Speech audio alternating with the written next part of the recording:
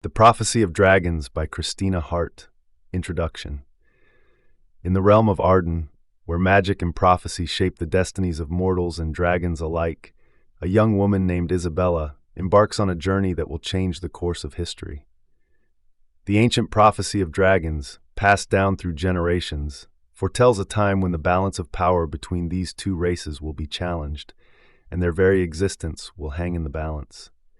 This prophecy, long forgotten by many, becomes the center of Isabella's world as she discovers her integral role in its fulfillment.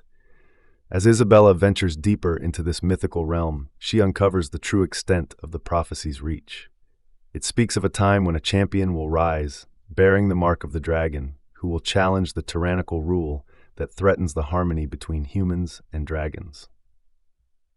This champion, endowed with unparalleled courage and a spirit as fierce as dragonfire, will forge unexpected alliances and uncover strength in the most unlikely of places. Isabella soon finds herself facing ancient prophecies head-on, confronting the dark forces that seek to twist the destiny of her world. As she navigates a landscape shrouded in ancient lore and magic, she must make difficult choices that will shape the future of Arden. Will she fulfill the prophecy and tip the scales of power, or will the forces of tyranny prevail? The fate of humans and dragons rests in her hands. Chapter 1. The Inheritance. The attic air hung thick with the scent of dust and forgotten things. Sunlight, fractured by the grimy window pane, illuminated motes dancing in the stagnant air. Isabella, armed with a feather duster and a sigh of weary resignation, was tackling her grandmother's inheritance. A chaotic jumble of antique furniture, chipped porcelain dolls, and moth-eaten tapestries. It was a task she'd dreaded, a necessary evil before she could move on with her life, sell the house, and finally escape the suffocating weight of family expectation. She'd spent weeks sorting through the debris of generations, the process a monotonous blend of boredom and mild irritation. Each dusty object yielded little more than a sigh and a shrug. A chipped teacup, a faded photograph of a stern-faced woman in a high-necked dress, a tarnished silver locket containing a wisp of dried lavender. Nothing remarkable, nothing extraordinary, just the accumulated detritus of a life lived, seemingly without much fanfare. Then, tucked away in the darkest corner behind a stack of yellowed lace doilies and a chipped porcelain shepherdess, she found it. A small, leather-bound book, its cover worn smooth with age. The leather was the color of dark chocolate, cracked and faded in places, yet surprisingly supple to the touch. It was bound with tarnished silver clasps, intricately carved with symbols she didn't recognize, swirling patterns, serpentine lines, and glyphs that looked strangely familiar, yet utterly alien. A thrill, unexpected and sharp, ran through Isabella. This wasn't like anything else she'd found in the attic. This felt different. It pulsed with a quiet energy, a subtle hum that vibrated against her fingertips. Carefully, she brushed away the accumulated dust, revealing the title embossed on the cover in faded gold lettering, A Legacy of Scales. Inside, the pages were brittle, yellowed with age, the ink faded but still legible in places. The script was unlike anything she'd ever seen, a swirling, elegant hand that seemed almost alive. It wasn't English, not exactly. It bore a resemblance to Latin, but with additional flourishes and symbols that defied immediate comprehension. The language felt ancient, echoing with a power that resonated deep within her soul. The first few pages were filled with meticulous genealogical charts, tracing her family lineage back centuries. It was fascinating, undeniably so, but Isabella was initially frustrated by its seeming irrelevance to the strange energy emanating from the book. The charts meticulously documented births, marriages, deaths, the ordinary, unremarkable facts of a typical family history. Yet, something about the way the names were arranged, the dates meticulously aligned, suggested a hidden pattern, a secret waiting to be uncovered. Then, halfway through the book, the entries changed. The elegant script became more evocative, the language richer, more poetic. The genealogical charts gave way to detailed descriptions of a place, an island shrouded in mist, perpetually bathed in the glow of a volcanic sunset. The descriptions were breathtakingly vivid. Towering volcanic peaks, lush rainforests teeming with exotic life, and a hidden cove bathed in the iridescent shimmer of bioluminescent algae. This wasn't a history of births, marriages, and deaths. This was a story of dragons. The diary spoke of a powerful, ancient lineage connected to magnificent mythical creatures, creatures of immense power and grace. It hinted at a forgotten kingdom, a lost civilization ruled by queens and kings whose bloodline flowed through Isabella's veins. It revealed the existence of a hidden island, the ancestral home of these dragons, an island shrouded in mystery and protected by powerful magic. Isabella's heart hammered against her ribs. The whispers she'd heard since childhood, the inexplicable pull she felt towards the ocean, the recurring dreams of soaring through the sky, riding upon the back of a colossal winged beast, it all made sense now. It was no mere coincidence, no fleeting fancy. It was her inheritance, her legacy. The diary continued, delving deeper into the history of this lost kingdom. It spoke of a celestial event, a specific eclipse, aligned with the stars in a way that amplified the magic of the island, that held the key to unlocking a profound power. This was no ordinary eclipse. It was a convergence of celestial bodies, a cosmic alignment that could elevate any descendant of the dragon royalty to become the true queen, the rightful ruler of the dragons. The diary described a ritual, a ceremony performed under the eclipse, a ritual that bestowed immense power, dominion over the magnificent beasts and the island itself. The script became more cryptic, more fragmented towards the end. The details of the ritual were veiled in allegory and metaphor, the language shifting into a form of code only partially decipherable. Isabella understood only snippets, references to ancient symbols, specific locations on the island, and a sequence of actions needed to perform the ceremony. Yet, even the fragmented information was enough to send a shiver of excitement and apprehension down her spine. The book also hinted at enemies, those who sought to exploit the dragon's power for their own nefarious purposes. There were allusions to ancient conflicts, to rival kingdoms, and to powerful individuals who craved control. The final pages, almost illegible, contained a warning, a dire prophecy that spoke of darkness and betrayal, a struggle for power that threatened to engulf the island and perhaps the entire world. Isabella closed the diary, her mind reeling from the sheer weight of the revelations. Her quiet, uneventful life had suddenly become a high-stakes adventure, a quest for a hidden kingdom and a destiny she never knew existed. She was no ordinary young woman.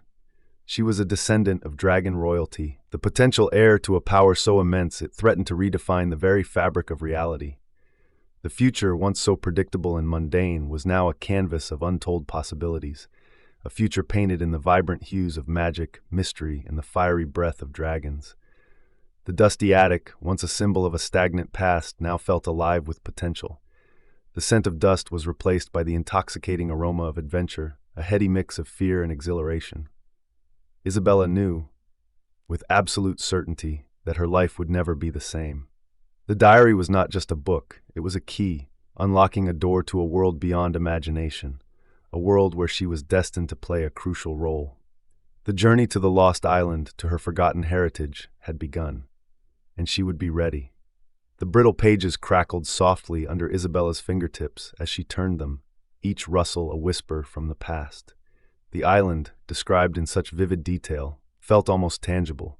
She could almost smell the salty tang of the ocean air, feel the warmth of the volcanic soil beneath her feet, hear the roar of the ocean crashing against the black sand beaches.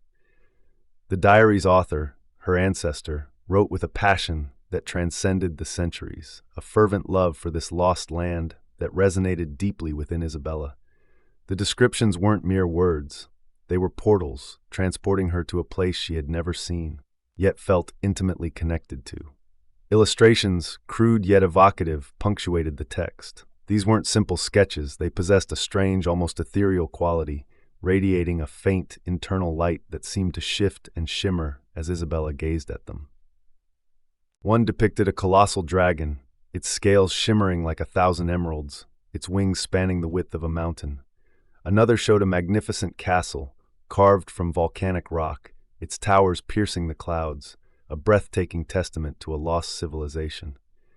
These images, combined with the lyrical descriptions, painted a picture of a world both fantastical and real, a world waiting to be rediscovered. The diary described the island's flora and fauna in painstaking detail.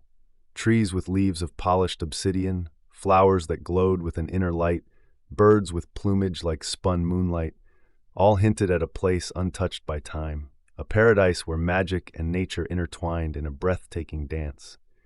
The author even described the dragons themselves, not as fearsome beasts of legend, but as intelligent, majestic creatures, possessing a wisdom and grace that commanded respect. They were not mere beasts, but sentient beings, capable of complex emotions and deep affection. The diary then shifted its focus to the eclipse, the celestial event that held the key to Isabella's destiny. It wasn't just any eclipse. It was a precise alignment of celestial bodies, a rare cosmic convergence that occurred only once every few centuries. The author meticulously documented the astronomical details, providing charts and diagrams that, despite their age, were surprisingly accurate. Isabella recognized some of the constellations, even though the others were unfamiliar and exotic. She realized that this wasn't just a fantastical story. It was grounded in a deep understanding of astronomy and celestial mechanics. The ritual itself was described with a mixture of reverence and caution. It involved a complex series of actions, performed under the precise light of the eclipse. The author emphasized the importance of precision, stating that even the slightest deviation could result in catastrophic consequences. The diary detailed the acquisition of specific artifacts, the chanting of ancient incantations, and the offering of sacred objects, a process that seemed to blend astronomy, ritualistic practices, and magic in a way Isabella couldn't fully comprehend. The description evoked a sense of both wonder and trepidation, a testament to the power and danger of the ritual. The artifacts mentioned in the diary seemed almost mythical: a scepter carved from a dragon's tooth, a crown woven from starlight, a chalice filled with dragon's blood. Each item was infused with a potent magic, capable of amplifying the power of the ritual. Isabella realized that finding these artifacts would be a significant challenge, a quest that would test her courage and resourcefulness. The descriptions, though sparse, ignited a fire of determination within her. She had to find these relics. She had to complete the ritual. But the diary wasn't all about magic and rituals. It also revealed a darker side, a history of conflict and betrayal. The author spoke of rivals, other descendants vying for control of the dragons and the island, individuals who sought to exploit the dragons' power for their own selfish purposes. They weren't just greedy conquerors. They were deeply versed in the history of the island, understanding the power of the eclipse and the ritual. They were ancient enemies, shadowy figures with access to knowledge and power as formidable as her own. The final pages of the diary were the most fragmented, filled with cryptic warnings and prophecies of impending doom. The author wrote of a looming darkness, a threat that extended beyond the island, threatening to engulf the world. This wasn't just a struggle for power. It was a battle for the very survival of the planet. The diary ended abruptly, leaving Isabella with more questions than answers, a sense of urgency and a growing awareness of the weight of her destiny. The weight of her newfound knowledge settled heavily on Isabella's shoulders. She wasn't just a young woman inheriting an old house. She was inheriting a legacy, a destiny, a responsibility that extended far beyond her wildest imagination. The quiet life she had envisioned was now a distant memory, replaced by a future filled with adventure, danger, and the immense power of dragons. She had to find this island, uncover the secrets it held, and confront the enemies who sought to exploit it. Her journey had begun, a journey into a world beyond the ordinary, a world where magic was real and her destiny lay intertwined with the fate of the world. The practical implications were staggering. She was no longer simply Isabella, a history student with a penchant for old books. Now she was an heir to a forgotten kingdom, a potential queen, possibly the key to either saving the world or destroying it. The enormity of it was daunting, a chilling realization she tried to absorb as she reread the final cryptic entry in the diary, a warning of a dark power, gathering strength, waiting for the eclipse, and Isabella. The island was her only hope, her only chance. The next few weeks became a whirlwind of frantic research. Isabella scoured ancient texts, consulted obscure maps, and studied celestial charts, piecing together the fragmented clues from the diary. She learned about the specific geographical location of the island, its unique geological formations, and the peculiar astrological events that governed its hidden location. The task was daunting, requiring her to delve deep into the realm of forgotten lore and ancient knowledge.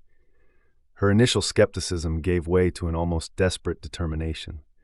The weight of the world, quite literally, now rested on her shoulders. The more she learned, the more convinced she became of the diary's authenticity. The historical records, though incomplete, hinted at a truth far grander than she could have ever imagined. Myth became reality. Legend transformed into an imminent threat. Isabella found unexpected allies in the most unlikely of places. A grizzled old professor at her university, a specialist in ancient languages and forgotten civilizations, became her unlikely mentor, guiding her through the labyrinthine corridors of arcane knowledge. A reclusive cartographer, obsessed with long-lost islands, offered her access to rare maps and charts. A retired astronomer, fueled by a lifelong passion for the stars, helped her calculate the precise timing of the upcoming eclipse, verifying the celestial alignment described in the diary. Her preparations were both intellectual and practical. She trained rigorously, honing her physical and mental strengths. She learned basic combat skills, studied survival techniques, and practiced ancient meditative practices aimed at focusing her mind and enhancing her intuition. She knew that the island wouldn't simply hand over its secrets. She would have to fight for them. She had to be ready. The weight of her ancestors, of the dragons, of the entire world, rested upon her shoulders. The journey wasn't just to a lost island. It was a journey into herself, a transformation into the queen she was destined to become. The eclipse was fast approaching, and the time for preparation was almost over. The adventure was about to begin in earnest. Unraveling the mystery. The library at Oxford University felt ancient even by its own standards, the air thick with the scent of aged paper and forgotten knowledge. Isabella, armed with the diary and a burning curiosity, navigated its labyrinthine shelves, her footsteps echoing softly in the hushed silence. Each book she pulled from the shelf felt heavy with history, a tangible connection to the past she was so desperately trying to unravel. Her initial research focused on the geographical clues in the diary. The cryptic descriptions of volcanic formations, unique flora, and the peculiar astrological markers that guided the island's location were maddeningly vague. Yet she found herself strangely drawn to the task, each decoded phrase adding another piece to the puzzle. She spent hours poring over ancient maps, charts, and nautical logs, tracing the routes of forgotten explorers and searching for any mention of a land fitting the diary's description. The cartographic challenges were significant. Many of the maps were incomplete, tattered with age, or drawn from the perspectives of sailors who hadn't entirely understood the geography they were charting. The diary often spoke of constellations unseen in modern astronomy, forcing Isabella to learn archaic systems of celestial navigation and painstakingly compare them with her own astronomical knowledge. The task was demanding. She burned the midnight oil, fueled by coffee and the unrelenting pressure of time. The eclipse, the key to activating her destiny, was fast approaching. Isabella's next avenue of investigation led her to the realm of linguistics. The diary contained fragments of a language older than any she had ever encountered, a tongue that seemed to predate even the earliest known Indo-European roots.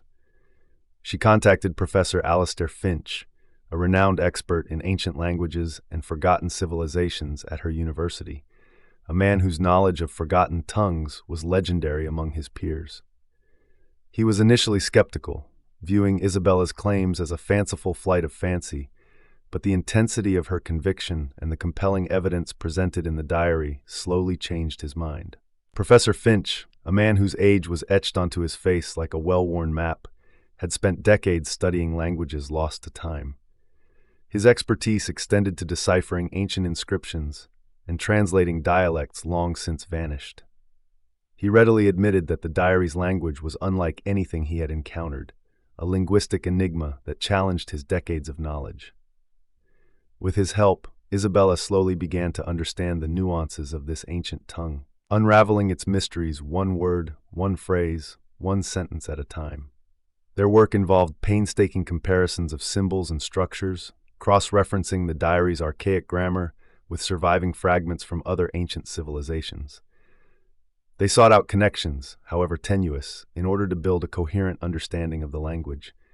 The process was tedious, demanding hours of meticulous analysis, often resulting in frustrating dead ends and unexpected breakthroughs. Yet, with each deciphered word, the diary revealed further clues to Isabella's ancestry, hinting at her family's hidden history. The diary spoke of ancient rituals, long-forgotten traditions, and a culture deeply connected to dragons. The words revealed that her family, the long-lost dynasty of Arden, were not just human. This lineage was intertwined with a magical, sentient race, the very dragons that populated the legends of her ancestors.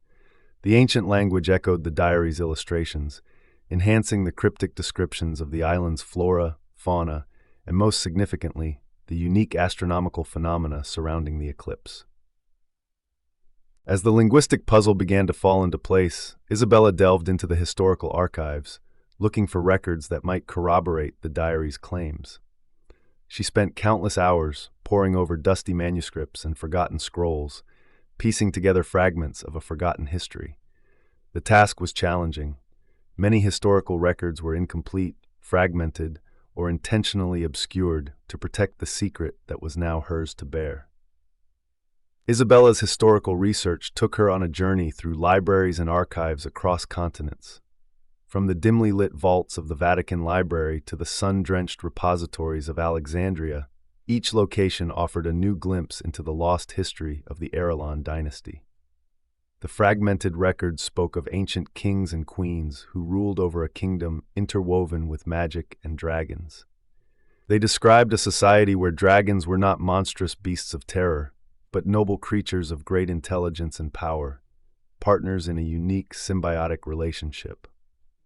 As the puzzle pieces of Isabella's family history began to fit together, she realized that her ancestors weren't just kings and queens.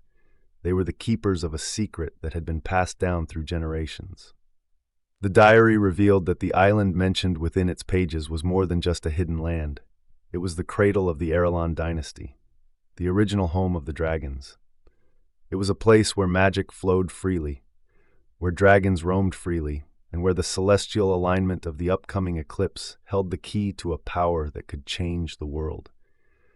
The historical documents also revealed the existence of rival dynasties, families who also descended from the Arden line, who possessed fragments of the ancient knowledge and eagerly sought control over the dragons. They were not merely jealous rivals seeking power, but individuals versed in the ancient rituals, understanding the power of the eclipse and its impact on the dragons. Isabella discovered that these competing families were not solely motivated by greed, but by a twisted belief that only they held the right to claim the dragon's power. The historical research unveiled a tapestry of intrigue and conspiracy, a secret history that reached far beyond the realm of fairy tales. The Arden dynasty had spent centuries safeguarding this knowledge, hiding the true nature of their relationship with dragons and the existence of the island itself. Isabella now understood why the diary had been so carefully concealed. It was more than just a family heirloom. It was the key to a legacy of immense power and responsibility. The closer Isabella got to understanding her family's past, the more acutely she felt the weight of her destiny. She wasn't just uncovering a forgotten history, she was inheriting a legacy that placed her at the center of a conflict that threatened to engulf the world, a conflict between those who sought to use the dragon's power for good and those who would exploit it for their own selfish gain. The impending eclipse loomed larger with each passing day, casting a long shadow over Isabella's journey.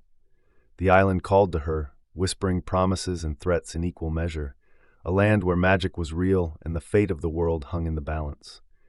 Isabella knew, with absolute certainty, that her journey to the island was not merely a journey of discovery, but a journey into a destiny she could no longer ignore. The island's location, the diary, painstakingly translated with Professor Finch's help, yielded its final secrets grudgingly. The last few pages, written in a faded, almost indecipherable script, contained the true key to the island's location. It wasn't a simple set of coordinates, but a complex interplay of astronomical alignments and geographical markers. a celestial puzzle box that required a deep understanding of both ancient cartography and archaic astronomy. The diary spoke of a constellation long since shifted from its original position, a constellation known only to the Arden dynasty, and a volcanic formation shaped like a dragon's head, visible only under specific lunar conditions. Isabella spent weeks immersed in celestial charts, comparing ancient star maps with modern astronomical data. She pored over texts detailing the precession of the equinoxes, the subtle shifts in the Earth's axis that alter the apparent positions of stars over millennia. She learned about the historical methods of celestial navigation, studying the techniques used by ancient sailors to chart their courses using the stars. The process was painstaking, requiring her to reconcile different astronomical systems to account for the changes in the Earth's rotation and the movements of the stars over centuries. Professor Finch, initially skeptical, became fascinated by the intricacy of the puzzle.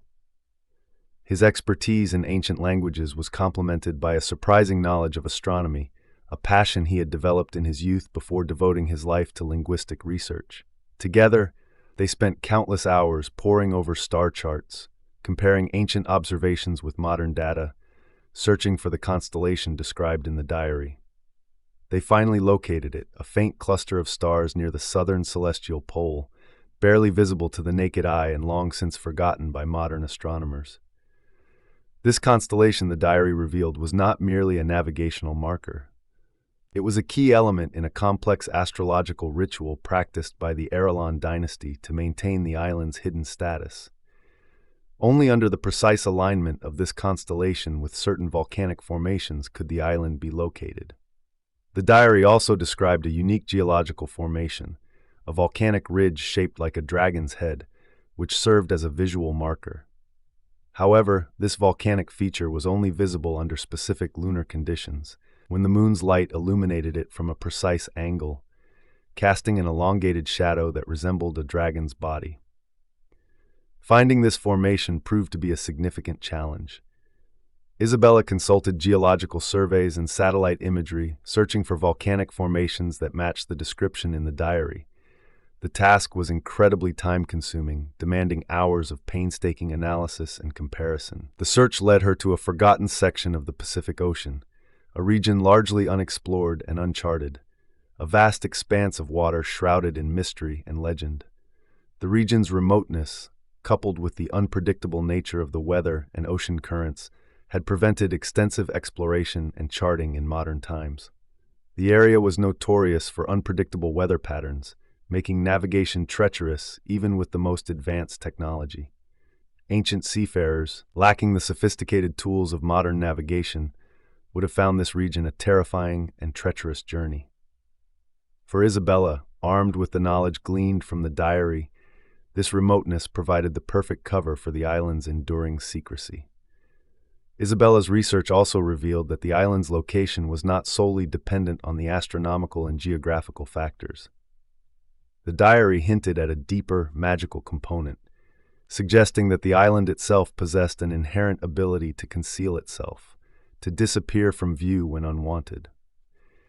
This magical concealment, she surmised, was tied to the very essence of the dragons, a protective magic that had shielded the island from discovery for centuries. This magical component added another layer of complexity to her quest. The combination of astrological alignments, volcanic formations, and magical concealment made the island exceptionally difficult to find. Its precise location was a closely guarded secret, a fact supported by the absence of any record of the island in modern geographical databases or historical maps. Isabella suspected that the island's location had been intentionally obscured over the centuries, a deliberate act of magical concealment designed to protect the secrets held within. Armed with her newfound knowledge, Isabella began to formulate a plan. She acquired a small, fast research vessel, equipped with state-of-the-art navigation equipment, but also designed to remain undetected. The ship was outfitted with advanced sonar technology capable of mapping the ocean floor and identifying geological formations far beneath the surface. She also assembled a small, highly skilled crew, a veteran captain, a seasoned navigator adept at celestial navigation, and a specialist in advanced marine technology. Each was handpicked for their discretion and expertise. The journey itself proved treacherous, a test of endurance and navigation skills. The weather was unpredictable, the currents treacherous, and the sheer vastness of the ocean daunting. They endured days of relentless storms, navigating through torrential rains and towering waves, pushing the boundaries of their ship's capabilities. Isabella, despite the discomfort and danger, remained steadfast in her determination, fueled by the knowledge that the island and the fate of the world awaited her at the journey's end. Navigating by the ancient star chart and the volcanic markers, she felt the weight of history upon her. Each sunrise and sunset marked a step closer to a destiny she had only just discovered. The nights were filled with the murmur of the waves and the vastness of the sky above, the constellations guiding their path, their silent companions on this perilous quest. The days were marked by the relentless toil of navigation and the ever-present threat of the sea. But it wasn't just the physical challenges that tested Isabella. The mental burden was immense. The weight of her family's legacy, the responsibility of protecting the dragons, and the looming threat of the billionaire's ambitions pressed heavily upon her. Doubts gnawed at her, questioning her capabilities, her preparedness for the task that lay ahead. Yet each time doubt threatened to overwhelm her, she found renewed strength in the diary, a tangible link to her ancestors, a reminder of the legacy she was carrying forward. As they neared the predicted location, the crew became increasingly vigilant. Their efforts were not in vain. Under a specific lunar alignment, a volcanic formation emerged from the depths, resembling a colossal dragon's head, its shadow stretching across the ocean floor like a slumbering beast. This monumental formation acted as a beacon, confirming their successful navigation through the treacherous seas. And then, as if emerging from the depths of the ocean itself, a lush, vibrant island appeared before them, shrouded in mist, its existence defying all known geographical charts. Isabella knew, without a doubt, that she had found the long-lost home of the dragons. The island itself, however, remained a mystery, beckoning her to explore its secrets and face the challenges that awaited her. Her journey had only just begun. Preparing for the journey. The thrill of discovery, the weight of her ancestors' legacy, and the looming threat of Lucian Thorne, the ruthless billionaire, spurred Isabella into action. The island's location was secured, but the journey itself was just the beginning. A sense of urgency, a blend of excitement and apprehension, filled her days as she meticulously prepared for the expedition.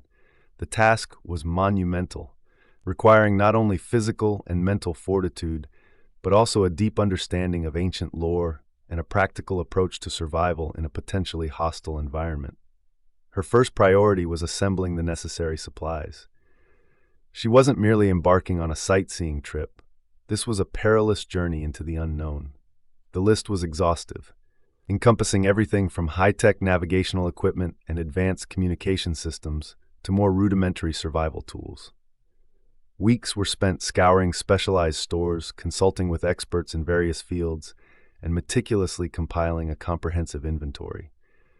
Beyond the technological necessities, Isabella delved into the realm of practical survival.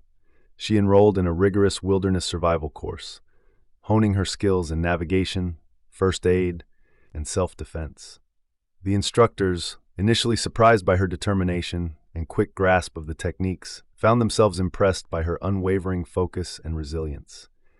Isabella pushed herself to her limits, embracing the physical and mental challenges with a fierce determination that belied her slender frame. She learned to build shelters, purify water, start fires using primitive methods, and navigate using nothing but the stars and a compass. These weren't mere skills to be acquired, they were tools for survival, potentially the difference between life and death. Parallel to her physical training, Isabella continued her studies of ancient Arelon texts. Professor Finch, though initially reluctant to become involved in such a risky undertaking, found himself captivated by the challenge and the growing evidence of the dragon's existence. He had a network of contacts within academic circles, and together, they located several ancient manuscripts detailing the history and culture of the Arelon dynasty. These manuscripts, written in a complex dialect of ancient Arelon, were a daunting task to decipher, requiring weeks of painstaking study and comparison. The texts revealed a rich tapestry of history, mythology, and magic. They spoke of powerful rituals, ancient prophecies, and the dragons themselves, not as mythical beasts, but as intelligent, sentient creatures with a complex social structure and a profound connection to the island. Isabella discovered the dragons possessed a unique form of communication, a subtle interplay of gestures, vocalizations, and telepathic links, which she needed to understand to communicate with them. The texts also provided insights into the island's geography, hinting at hidden passages, secret chambers, and ancient structures, which might provide both refuge and clues in her battle against Thorn. Beyond linguistics, Isabella's preparation also involved an exhaustive study of the island's potential dangers. The diary had hinted at the presence of dangerous creatures, both terrestrial and aquatic, which had been kept in check by the dragons. Now that the dragons were weakened, these creatures would be more of a threat. She researched various flora and fauna, meticulously studying reports and descriptions from various sources, trying to anticipate the challenges that the island's environment might pose. She learned to identify poisonous plants, understand the behavior of dangerous animals, and develop strategies to avoid or neutralize them. The more she learned, the more she realized the complexity and potential peril of her mission. The mental preparation was equally crucial. Isabella knew that the journey wouldn't just test her physical endurance, it would also demand incredible mental resilience. The weight of her destiny, the responsibility of protecting the dragons, and the constant threat posed by Thorn created a tremendous burden. To combat this, Isabella incorporated mindfulness techniques into her daily routine, learning to center herself, to manage stress, and to maintain focus even under pressure. She engaged in meditation, practiced deep breathing exercises, and sought guidance from a therapist specializing in high-stress situations. As the day of departure approached, Isabella reviewed all aspects of her preparation. She checked her supplies one last time, meticulously verifying each item on her extensive checklist. She reviewed her navigation skills, practiced her self-defense techniques, and once again immersed herself in the ancient texts. She wanted to leave no stone unturned to ensure that she was as prepared as possible for the daunting task that lay ahead. The night before her departure, Isabella stood on the deck of the research vessel, gazing at the star-filled sky. The same constellations that had guided her ancestors now guided her own path. A sense of quiet determination filled her. She wasn't just a young woman on a quest. She was the rightful queen of the dragons, the inheritor of a powerful legacy, and the defender of an ancient civilization. The weight of the world rested on her shoulders, but instead of feeling burdened, she felt invigorated. This wasn't a burden she would bear alone. The dragons awaited her, and so did the answers she desperately sought. She was ready. The next morning, as the sun rose over the horizon, painting the sky with vibrant hues of orange and gold, the research vessel, christened the Dragon's Breath, set sail, carrying Isabella and her crew on a journey that would determine not only her destiny, but the fate of the world itself. The vast expanse of the ocean stretched before them, a shimmering expanse of blue under the bright morning sun, mirroring the vastness of the challenge that lay ahead and the immensity of the secret she was about to uncover. The journey to the island was but the first step in a much larger battle, a battle for her family's legacy, for the survival of an ancient race, and for the future of the world. The true fight, however, was yet to come. Stay tuned for Chapter 2, and don't forget to hit the subscribe button and like the video.